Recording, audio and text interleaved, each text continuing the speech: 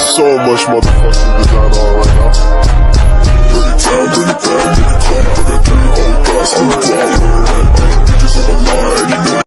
Assalamualaikum warahmatullahi wabarakatuh. Kami dari kelompok 5, di sini kami mau mempresentasikan hasil bicara kami yang berjudul analisis struktur kekuatan persaingan dan kluster industri. Perkenalkan, nama saya Feryadi, NPI 27. Saya Jasmine Damayanti, NPI 31. Pengertian kluster industri. Kluster secara harfiah sebagai kumpulan kelompok, himpunan atau gabungan objek tertentu yang memiliki kesamaan atau atas dasar karakteristik tertentu. Dalam konteks ekonomi atau bisnis, kluster industri merupakan terminologi yang mempunyai pengertian khusus tertentu, walaupun begitu dalam literatur istilah kluster industri diartikan dan digunakan secara beragam. Secara umum, kluster industri tidak hanya terdiri dari perusahaan, namun juga didukung oleh adanya institusi lainnya. Jadi dapat dikatakan bahwa kluster industri merupakan sekumpulan perusahaan dan lembaga-lembaga terkait di bidang tertentu yang berdekatan secara geografis dan saling terkait karena kebersamaan dan komplementaritas.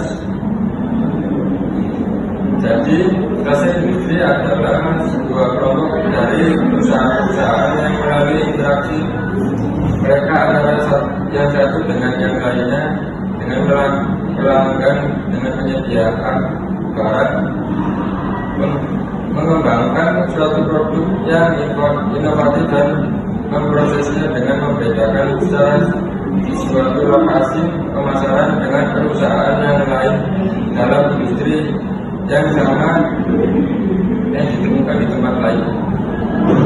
Istilah kluster digunakan secara spesifik untuk menitikberatkan pada aktivitas dalam suatu industri di sebuah lokasi geografis yang spesifik.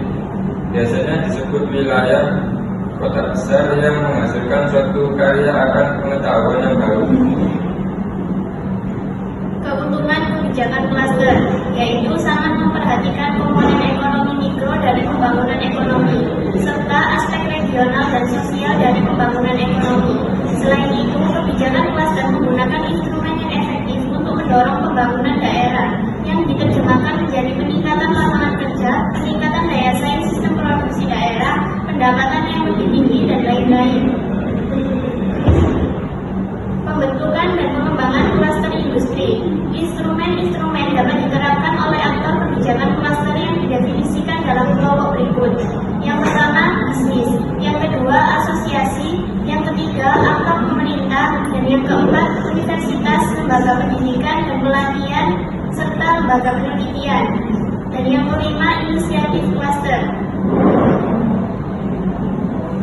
Strategi kluster industri.